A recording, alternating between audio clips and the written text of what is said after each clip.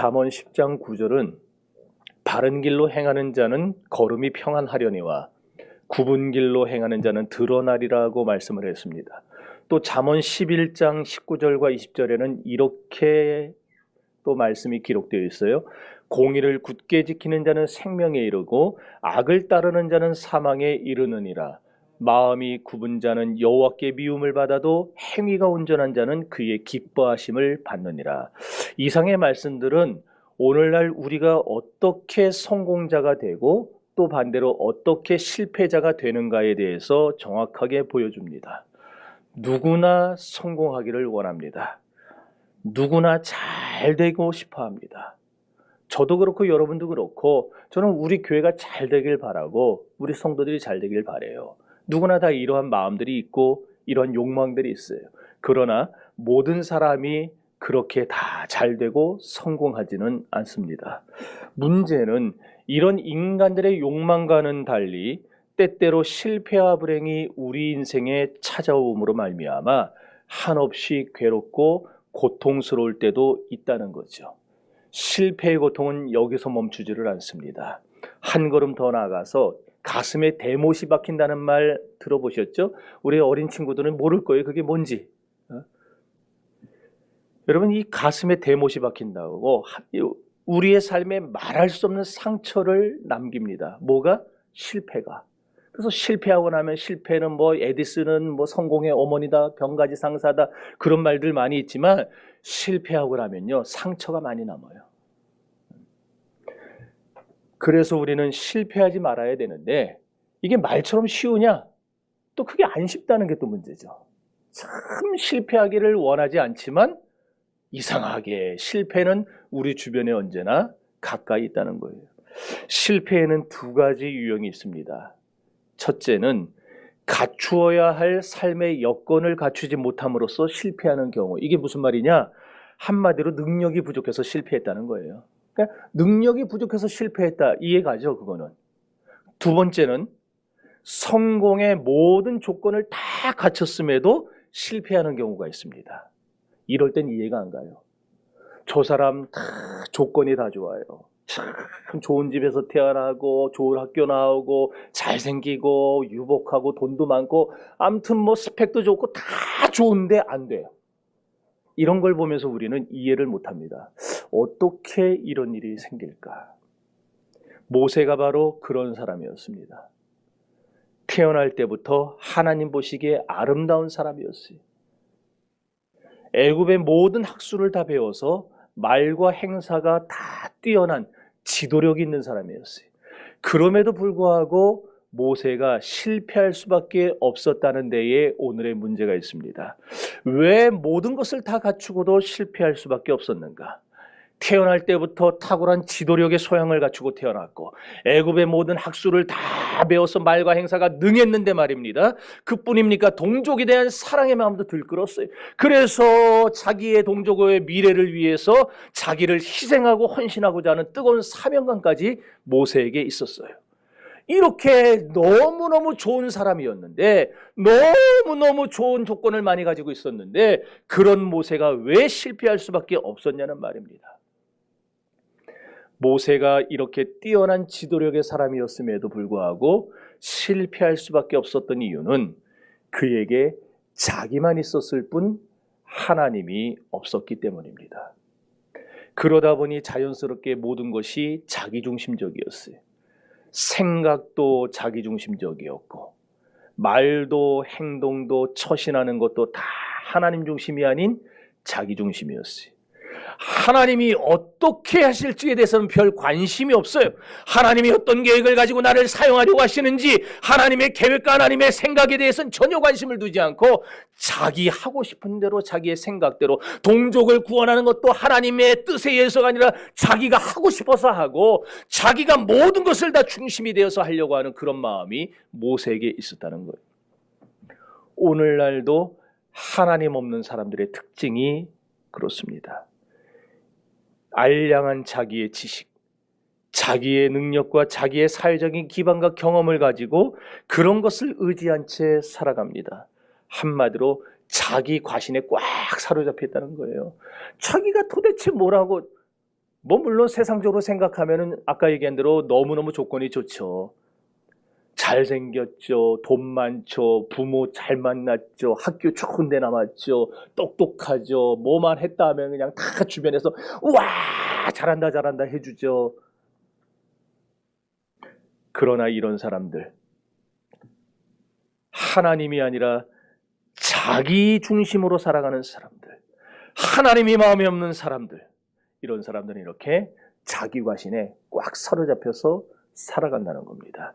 이런 사람은 무슨 일을 하든 항상 자기의 지식이 앞서요. 자신의 경험이 앞서요. 내가 전에 해봤더니, 내가 과거에 그런 일을 경험해 봤는데, 언제나 자기의 경험이 우선이, 자기의 힘이 앞서요. 자기의 능력이 앞서게 되어 있어요. 이러한 사고방식이 문제가 되는 이유는 우리가 살아가는 이 세상은 우리의 능력으로 해결할 수 있는 문제보다 우리의 능력으로 해결할 수 없는 문제가 훨씬 더 많기 때문입니다. 모세의 경우가 바로 그랬다는 거예요. 그는 자기의 뜻대로, 자기의 능력대로 모든 것이 다 될 거라고 생각했지만 그의 생각과는 달리 어느 것 하나 자기 뜻대로 되는 것은 하나도 없었습니다. 하나님이 없는 능력, 하나님이 없는 지식, 하나님이 없는 동족에 대한 구원의 계획은 모세에게 아무 소용이 없었던 겁니다.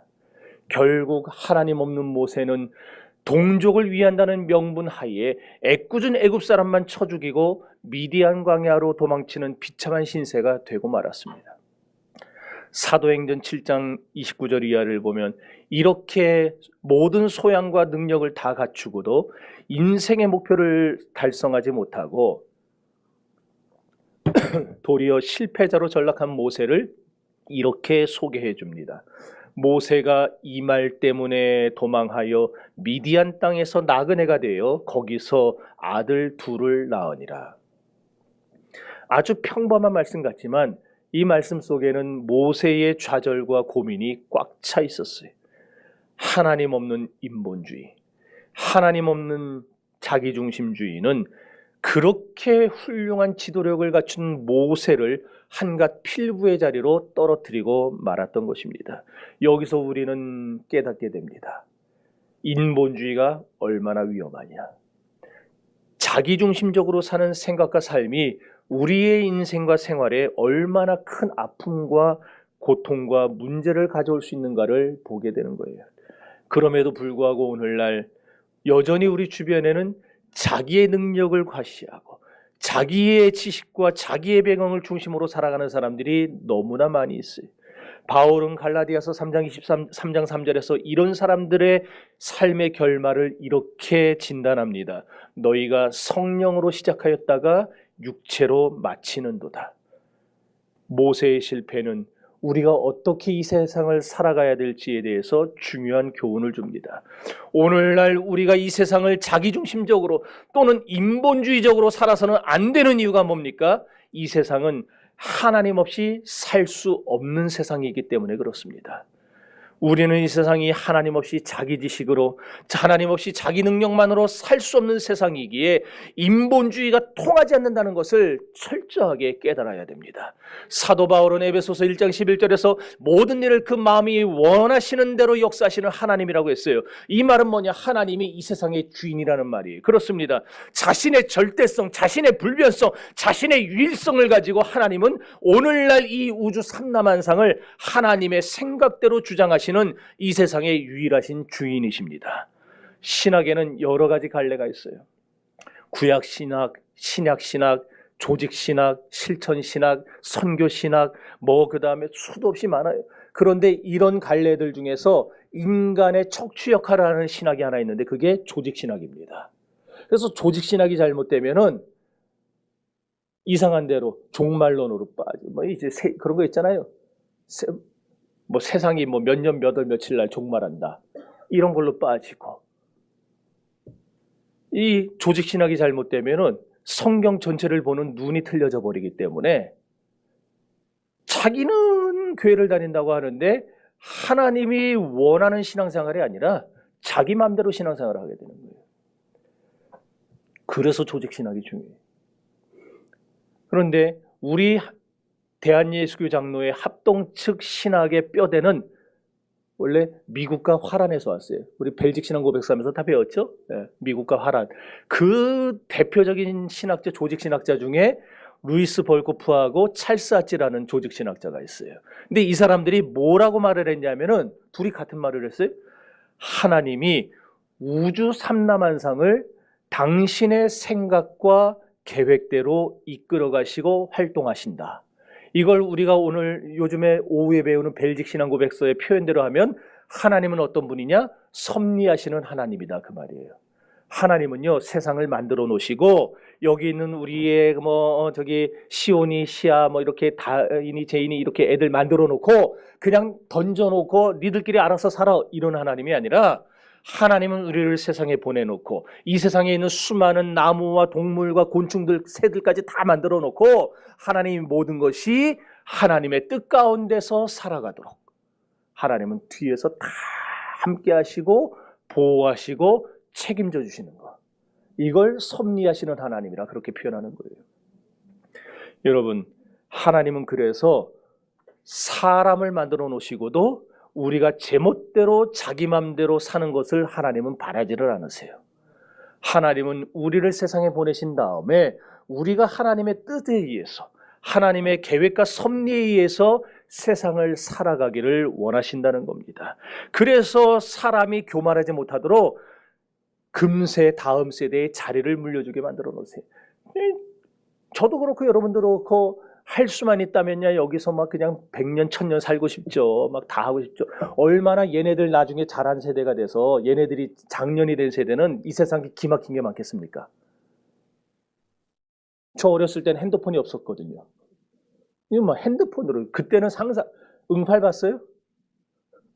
응팔에서 그러잖아요. 야 나중에는 전화기를 개인이 들고 다닌다 그러지? 그 일이 실제로 일어났잖아요. 자동차가 자율주행을 하는 세상이 됐잖아요.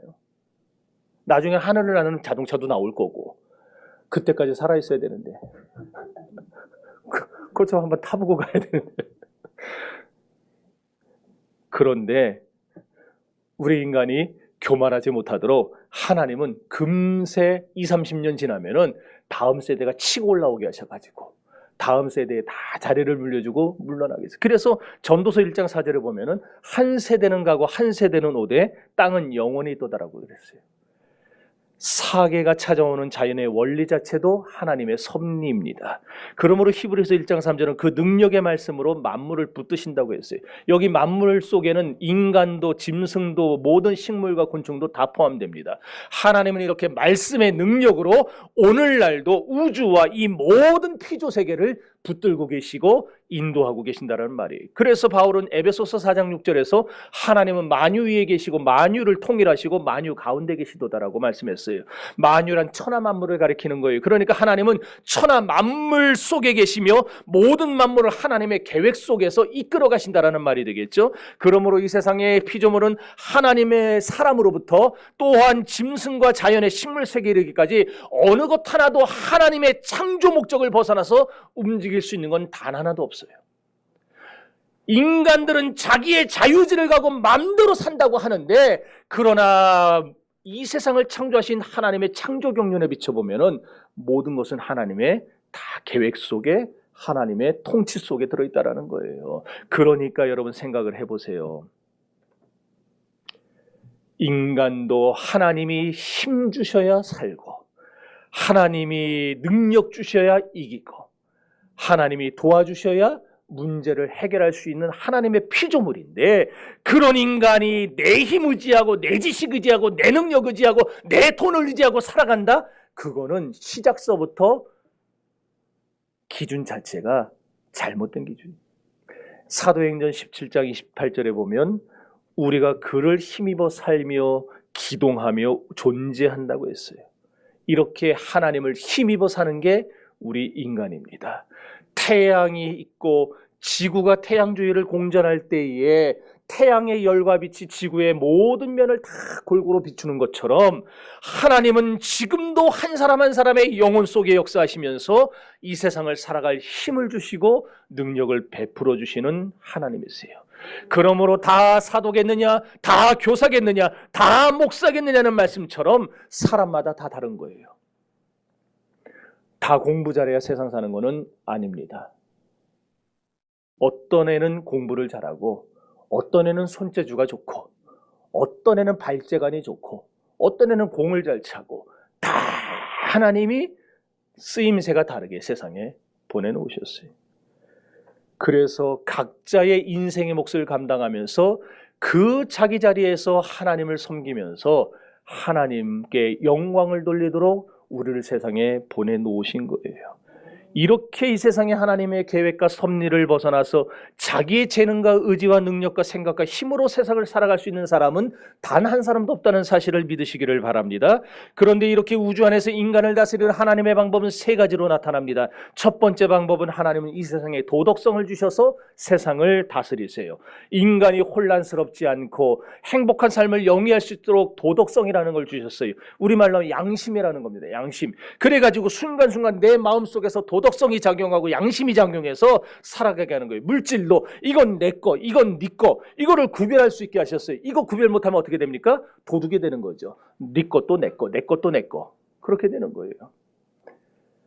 하나님은 우리 안에 양심을 주셔서 내가 힘써서 벌지 않은 물질에 대해서 욕심을 부리지 않도록 우리 안에 최소한의 장치를 만들어 놓으셨어요. 두 번째로 하나님이 세상을 다스리시는 법칙은 자연계의 룰을 주셨어요. 법칙을 주셨어요.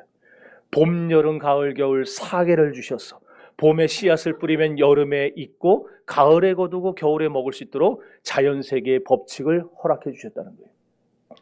세 번째로는 하나님은 우리가 사는 세상에 일반법을 주셔서 세상을 다스리세요.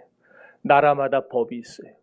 그 법을 지키고 살아감으로써 우리를 향한 하나님의 계획을 이루시면서 우주를 이끌어 가신다는 겁니다. 그러므로 천지를 창조하시고 우주 삼라만상을 하나님의 뜻대로 이루어 가시는 이 세상에서 하나님의 뜻을 따르지 않고 자기 생각대로 살아가려는 사람이 있다면 그 사람은요, 제가 예언을 합니다. 죽어도 행복할 수 없습니다. 하나님의 뜻을 따르지 않고 하나님의 말씀에 순종하지 않고 자기의 힘대로 자기의 능력대로 자기의 돈을 섬기면서 하나님의 것을 도적질하면서 그러면서 자기의 생각대로 사는 사람 결코 세상 행복하게 살 수 없어요. 왜냐? 하나님은 보이지 않지만 보이는 것처럼 존재하시고 우주를 주장하시고 이 세상을 이끌어 가시는 유일하신 이 세상의 주인이시기 때문입니다. 그러므로 우리가 이 세상에서 하나님의 뜻을 벗어나서 살 수 없는 거예요. 하나님의 뜻 안에 성공이 있고 하나님의 뜻을 이루는 가운데 행복이 주어지는 것입니다. 그러므로 저와 여러분이 하나님이 창조한 세상에서 살려면 우리는 이제 기준을 다시 잡아야 됩니다. 우리의 기준이 뭡니까? 하나님이 세상을 창조하신 목적과 섭리의 뜻에 우리를 맞추는 겁니다. 하나님이 우리를 세상에 보내놓으신 인간을 창조하신 하나님의 기준에 우리를 맞추는 것, 그것이 저와 여러분이 행복할 수 있고 성공할 수 있는 유일한 길입니다. 가진 재산을 다 정리해가지고 미국으로 이민을 떠났다가 몇 년 못 살고 한국으로 돌아온 어떤 분하고 만나서 얘기를 한 적이 있었어요. 뭐 미국에서 얼마나 힘들었는지, 자기가 얼마나 그 동양인으로서 고통받고 막 인종차별을 당했는지 뭐 얘기를 실컷 했어요. 그러다가 마지막에 자기 입으로 자기가 결론을 내렸어요. 자기가 뭐라 그랬냐? 내가 실패한 이유는 암만 생각해도 내가 참 미국에 살고 있는데 미국의 법과 시스템을 안 따르고 내가 한국의 생각으로 한국인의 사고방식으로 모든 걸 다 장사도 하고 뭣도 하고 하려고 해가지고 안 된 것 같다고 곰곰이 돌아와서 생각을 해봤어요. 맞는 말 같아요. 미국에는 미국의 법이 있어요. 미국의 시스템이 있고 미국의 문화가 있어요. 근데 우리 특히 저 같은 사람이 문제지. 이제 한국에 이런 문화에 찌들어가지고 이런 사람이 가서 제 눈으로 미국 사람을 재고 제 눈으로 사람들을 판단하고 이렇게 하면은 결국 손님 다 떨어져 나가는 거예요. 다. 그러다 결국 몸고생 마음고생 직사하다 돌아왔다는 겁니다. 마찬가지예요. 신앙생활도 똑같습니다. 미국에서 가서 살고 싶으면 미국의 시스템에 맞춰야 되듯이 미국이 나한테 맞추겠어요? 내가 맞춰야지. 예. 마찬가지로 여러분, 하나님이 창조하신 세상에서 살아가고 싶다면 세상을 여러분한테 맞출 수 없어요. 여러분이 맞춰야지. 그 맞춰야 되는 게 뭐라고요? 하나님의 목적과 섭리예요. 하나님이 여러분을 왜 세상에 보냈는 그 목적을 알아야 되고, 그 계획에 따라서 세상을 살아갈 때에 우리가 진정으로 행복할 수 있다는 거예요. 생각해 보세요. 하나님의 능력이 있다면, 하나님의 그 능력으로는 저와 여러분을요, 그냥 매일 기적을 일으켜가지고 구원할 수 있었을 거예요. 굳이 예수님을 십자가에 못 박아 죽이지 않아도 하나님은 너 마음에 들어. 너는 오늘부터 천국 들어가. 강도도 그랬잖아요. 강도도 예수님 우편에 한편에 달렸던 강도도 네가 오늘 나와 함께 낙원에 있으리라. 그냥 그렇게 하나님이 기적으로 맨날 한 사람씩 구원할 수도 있었을 거예요. 그런데 하나님의 구원 계획은 그게 아니라 예수 그리스도가 이 세상에 오셔서 우리의 모든 죄를 지고 십자가에서 대신 죽어주심으로 말미암아 우리의 죄를 속량하는 거기에 우리를 구원받는 유일한 길을 넣어놓으신 거예요. 그렇기 때문에 인간은 그 어떤 노력을 기울여도, 아무리 돈이 많아도, 아무리 똑똑해도 인간은 자기 힘으로는 구원받을 수가 없는 겁니다.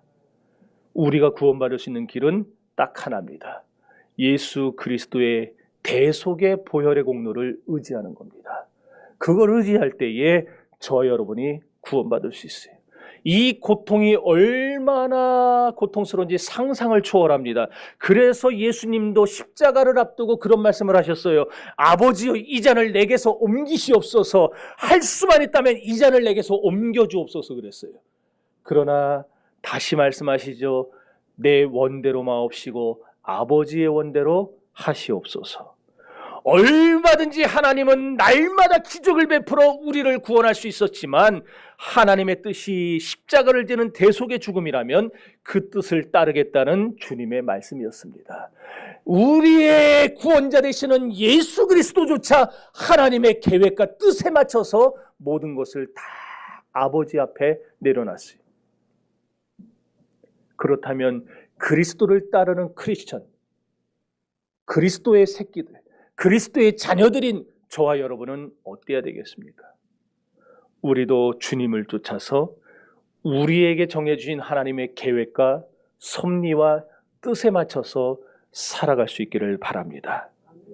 여러분, 우리가 이 세상을 살아가면서 어떻게 살 것인가에 대한 분명한 삶의 룰은 분명합니다.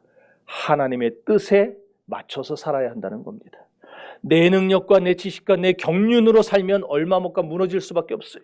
왜 그러냐? 애초에 하나님이 이 세상을 그렇게 만들지 않았기 때문에 그래요. 하나님이 애초에 내 마음대로 살도록 세상을 만드셨다면 지금 우리같이 살아도 아무 문제 없어요. 그러나 처음부터 하나님은 이 세상을 하나님의 뜻에 맞춰서 살아가도록 설계하시고 창조해 놓으셨기 때문에 우리는 누구라도 다 하나님의 뜻에 맞춰서 살아가야 됩니다. 조금 부족하고 능력이 좀 없어도 괜찮습니다. 하나님의 뜻을 따라 사는 곳에 길이 있고 은혜가 있고 축복이 있고 역사가 있다는 사실을 믿으시기를 주의 이름으로 축원합니다. 내 주여 뜻대로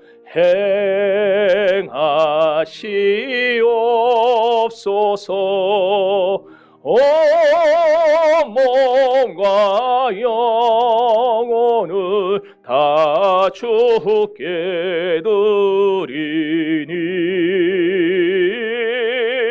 이 세상 오락가 주 인도하시고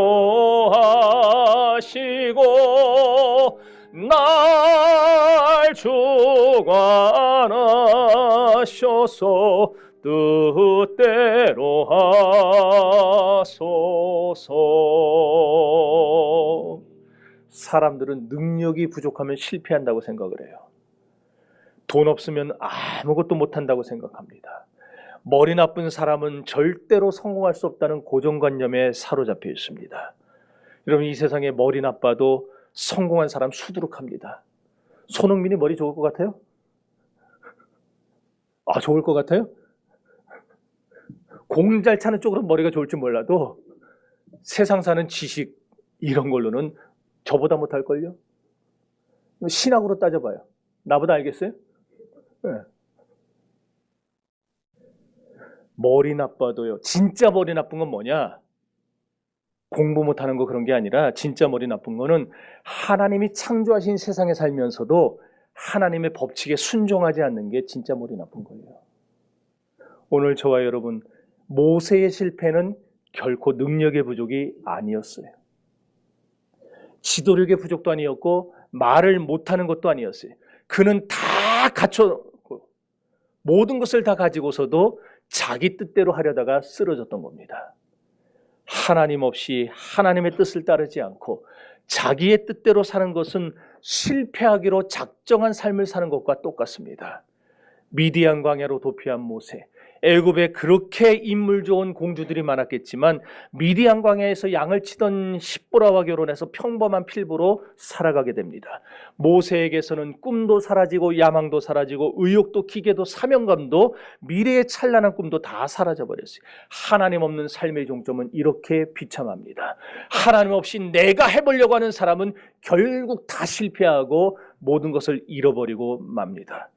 무엇을 하든지 우리는 지금 내가 하는 것이 하나님의 뜻에 합당한가부터 생각해 봐야 합니다. 40년 동안 모세는 자기 뜻대로 살았던 그 모든 벌을 다 받는 거예요. 그러고 드디어 40년이 지나 80세가 됐을 때 하나님은 미디안 광야 호렙산 중턱에서 양을 치던 모세를 찾아오셨습니다. 오늘 본문에 보면 하나님이 호렙산 떨기나무 불꽃 가운데서 모세에게 나타나셨을 때 모세는 떨기나무가 불이 붙었는데 어째서 타지는 않는가 너무 신기하다. 그래서 그걸 가까이 보려고 다가갑니다. 그때 하나님의 음성이 들렸습니다. 모세야 모세야 이리로 가까이 하지 말라. 내가 선 곳은 거룩한 땅이니 내 발에서 신을 벗으라. 하나님을 드디어 만난 겁니다. 여기서 여호와의 사자 말라크 예호바라는 말은 여호와 하나님이 파송한 하나님의 심부름꾼을 상징합니다. 보통 천사라고 해석을 하는데 오늘 본문에서는 천사가 아니라 구약시대에 현현하신 예수 그리스도를 말합니다. 떨기나무는 애굽에서 노예 생활을 하던 이스라엘의 실체를 의미해요. 그럼 떨기나무에 붙은 불꽃은 뭐냐? 불꽃이 나무를 태우고 더러운 것들을 다 태워버리듯이 예수 그리스도가 죄 속에서 살아가던 이스라엘의 모든 허물과 죄를 태우시고 그들을 깨끗게 하시는 회개의 역사를 의미하는 겁니다. 다시 말해서 십자가의 공로와 보혈로 인류를 죄와 사망에서 구원하실 예수 그리스도의 대속사역을 암시하는 말이 떨기나무에 붙은 불이라는 거예요. 그리고 여기 보면 나타내시리라, 이 말은 뭐냐? 모세는 자기 혼자 광야에서 40년 동안 외롭고 굶주리고 힘들게 생활하고 있었다 생각을 했어요. 그런데 알고 나니까 나 혼자 광야에서 40년 동안 버려뒀던 것이 아니라 하나님은 나를 한순간도 떠나지 않고 이 40년 동안 이 광야에서 나와 함께 양을 치러 가는 나와 함께 떠나시고 양을 몰고 돌아오는 나와 함께 돌아오시고 매일 아침과 저녁 나와 함께 다니시면서 나를 붙들어 주시고 때가 되어 드디어 내 앞에 자기를 드러내시는 하나님이셨구나. 내게 사명을 심어주시는 하나님이시구나. 이거를 깨달은 게 바로 나타내시니라 이 말이에요. 여기서 우리가 알게 되는 건 뭐냐? 우리가 실패하고 좌절한다 하더라도 여러분이 세상에서 소위 말하는 능력이 부족해서 실패한다고 하더라도 하나님은 여러분을 한순간도 떠나지 않고 여러분을 버리지 않고 여러분과 함께 해준다는 사실을 기억하시기를 바랍니다. 그것을 붙잡고 있으면 여러분 이길 수 있어요. 그거 붙잡고 있으면 승리할 수 있습니다. 여러분의 모든 삶을 돌아보세요. 하나님은 여러분과 함께하고 계십니다. 지나온 모든 세월들 돌아보아도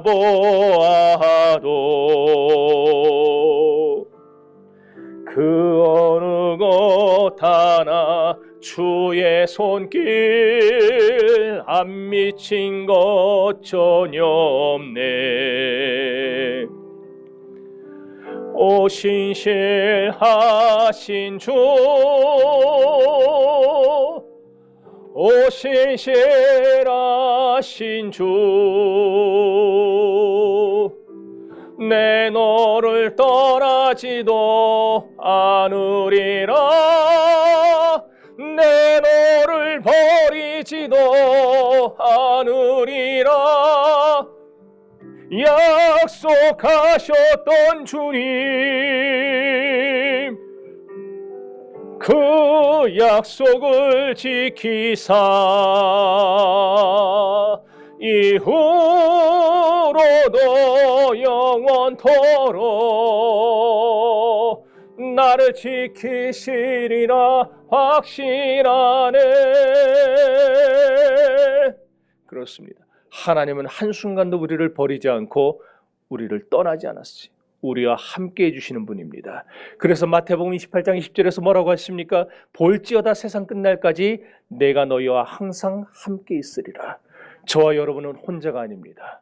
항상 주님이 함께 하십니다. 이 함께 하시는 하나님이 때가 되니까 모세에게 나타나시고 모세를 불러주셨어요. 모세야, 모세야. 여기 모세가 자기들을 가리킨다는 걸 모르니까 아무도 대답을 안 하죠. 여러분 한번 제가 모세야 그러면 여러분은 그렇게 하세요. 주여 말씀하옵소서 내가 여기 있나이다. 또 하라 그러면 안 하는 사람들이 있을 것 같아요. 다 한번 해보세요. 모세야 모세야. 좌짝은 지금 안 하고 있어요. 지금 다. 우리 교회가 큰 교회가 아니라 다 보여요. 여러분 여기 모세야 이 말은요, 지금까지 죄만 짓고 살아온 모세야, 세상의 방식대로 살다가 실패한 모세야, 인생을 헛살아온 모세야, 그런 말이에요. 네 발의 신을 벗으라는 말은 뭐냐? 유대인들에게는 신이 매우 큰 의미가 있었어요. 신발을 보면 그 사람의 지위와 또 형편, 상황을 알 수 있었는데 모세는 광야에 살면서도 40년 동안 여전히 애굽 사람들이 신는 신발을 신고 있었다는 거예요. 40년 전에 신었던 게 다 헐었겠죠. 헤어졌겠죠. 그렇죠. 헤어졌겠죠. 그런데 여전히 애굽 사람들이 신는 신발의 형식으로 만들어서 모세는 신고 있었어요. 그러므로 네 발의 신을 벗으라는 말은 자기중심적인 삶을 살아오던 이 애굽 방식, 애굽 생활의 방식을 다 버려라. 애굽에서 너의 신분을 다 버려라. 지난날의 너의 자랑거리들 다 버려라. 내게 있는 하나님 중심이 아닌 모든 삶의 자랑거리들, 너의 모든 삶의 족적들을 다 내다 버려라, 그 말이에요. 변화를 촉구하는 하나님의 명령입니다. 그러므로 본문이 우리에게 말하는 것은 지난날 자기중심으로 또한 세상 중심으로 살아가던 나의 삶이 완전히 바뀌어야 된다는 것을 말해주고 있는 것입니다. 또 6절에 보면은 이르시되 나는 내 조상의 하나님이 아브라함의 하나님, 이삭의 하나님, 야곱의 하나님이니라. 모세가 하나님 배웠기를 두려워하여 얼굴을 가렸다라고 했어요. 이 말씀은 너희는 언약의 하나님을 믿는 백성이라는 사실을 깨우쳐주는 말씀입니다. 창세기 15장 13절과 14절 보면 이렇게 말씀합니다. 내 자손, 아브라함에게 하는 얘기예요. 내 자손이 이방에서 객이 되어 그들을 섬기겠고 그들은 400년 동안 내 자손을 괴롭히니 그들이 섬기는 나라를 내가 징치할지며 그 후에 내 자손이 큰 재물을 끌고 나오리라. 430년 전에 하나님은 아브라함에게 너의 후손들이 애굽에 가서 430년을 살면서 큰 민족을 이룰 것인데 그들이 거기서 많은 고통을 당할 것이다. 그러나 430년 후에 내 약속대로 그들을 거기서 끌어내서 젖과 꿀이 흐르는 이 가나안 땅으로 그들을 인도하여 줄 것이다 약속을 하셨어요. 그런데 이제 때가 됐다는 겁니다. 때가 되매 너는 하나님의 언약을 지키며 하나님의 백성답게 살아라, 그 말을 지금 모세에게 하고 있는 거예요. 내 발에서 신을 벗으라. 너는 하나님의 백성 아니냐? 너는 정신교회 성도 아니냐? 너 예수 믿는 사람 아니냐? 이제 이 마지막 때에 너는 정신 바짝 차리고 예수 믿는 사람답게 살아라. 너는 정말 하나님의 자녀답게 이 세상에서 믿음 붙잡고 하나님의 방식대로 살아라. 그 말을 하면서 지금 모세에게 네 발에서 신을 벗으라 말을 하고 있다는 거예요. 사랑하는 성도 여러분, 예수 그리스도를 믿는 그리스도의 백성답게 사시기를 바랍니다. 이제는 살아도 주를 위해서 살고 죽어도 주를 위해서 죽는 그런 하나님의 사람들이 되시기를 주의 이름으로 축원합니다. 이렇게 호렙산에서 하나님을 만나 모든 것이 변화된 모세는 히브리서 11장을 보면 바로의 공주의 아들이라 불리는 것을 싫어했다 그랬어요. 그리고 그리스도와 함께 고난받는 것을 좋아했고 애굽의 모든 부귀와 영화를 누리는 것보다 그가 광야에서 어려움 당하는 것을 더 좋아했다 그랬어요. 그래서 결국 뭐라고 말하느냐? 믿음으로 애굽을 떠났다 그랬어요. 그랬습니다. 모세는 이렇게 호렙에서 하나님을 만난 후에 자기가 그렇게 오매불망 잊지 못하고 살던 애굽에서의 모든 즐거움과 희락과 재미와 영광을 다 내다 던져버렸어요.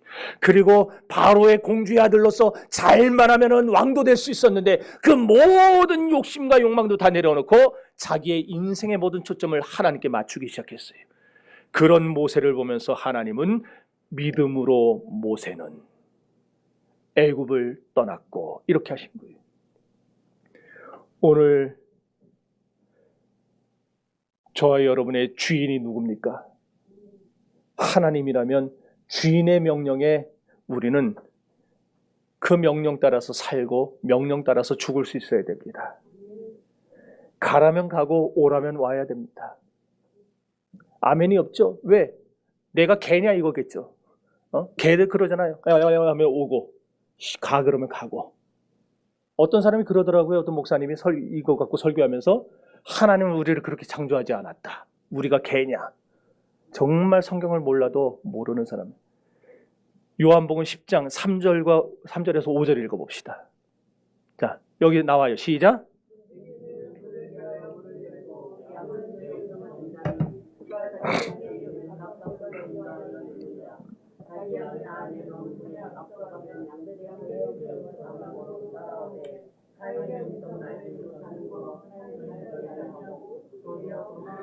(10장 27절)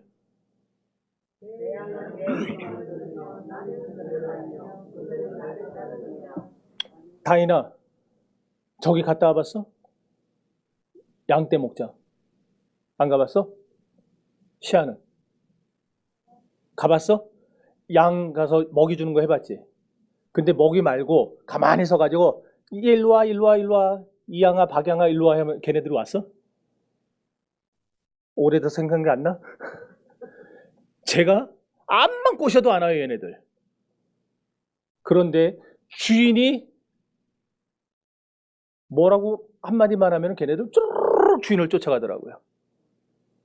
왜 그러냐면 목소리를 알기 때문에 그래요. 자기 주인의 목소리를 알아요 양들은. 하나님이 우리를 그렇게 만들지 않았다고요? 천만에.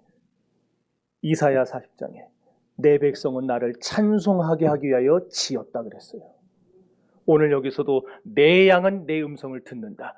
타인의 음성은 듣지 않는다 그랬어요. 드디어 뭐라고 합니까? 도리어 도망한다 그랬어요. 우리는 하나님의 음성이 아니면 도망가야 돼요. 그러나 하나님의 음성이면 따라가야 됩니다. 하나님이 오라고 하면 오고 가라고 하면 가야 되는 것이고 하나님이 하라고 하면 하고 하지 말라고 하면 하지 말아야 되는 거예요. 하나님이 죽으라고 하면 죽고 살라고 하면 사는 거예요. 그것이 하나님의 영광을 위한 그리스도인의 삶이에요. 그런데 그렇게 만들지 않았다고요? 양떼를 죽이려고 가짜 목사 가면을 쓰고 와 있는 사람이에요. 여러분 하나님의 말씀대로 사시기를 바랍니다. 하나님이 하라는 대로 사시기를 바랍니다. 딴 거 없어요. 이대로 하면 돼 이대로. 성경에 기록된 대로. 이대로 하면은 저와 여러분의 인생은 하나님이 책임집니다. 우리의 길이 열립니다. 여러분이 그토록 바라는 인생 행복은 다 이 안에 들어 있습니다. 하나님의 양은 하나님의 음성만 들어요. 다른 음성이 들리면 도망가야지 따라가면 죽어요. 이 아침 우리의 영원한 목자가 되시는 하나님의 명령만 듣고 하나님의 뜻대로만 순종하며 살기를 다짐하는 여러분들이 되시기를 주의 이름으로 축원합니다. 이 시간에 우리 다 같이 기도합시다. 기도할 때 하나님께서 우리의 마음과 생활에 놀라운 역사를 주시옵소서.